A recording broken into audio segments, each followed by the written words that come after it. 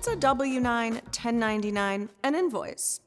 Let's break down 3 docs you've probably dealt with or avoided at some point: the W-9, the 1099, and the invoice. These are the basics of getting paid and paying others as an independent contractor. A W-9 is your payment info form.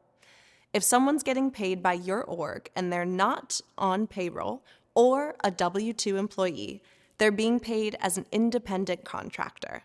That means they need to send you a W-9 before you pay them. It gives you and the IRS their legal name, address, and tax ID like your social security number. An invoice is the "please pay me" doc. A contractor sends it to you after the gig. Like, hey, you owe me $500 for performing on May 12th. It should include their name, what the work was, the amount due, and when they expect to be paid.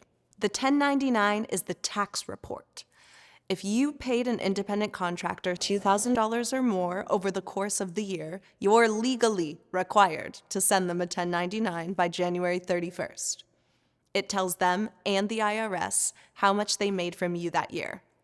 So, W-9 equals info. Invoice equals request. 1099 equals report.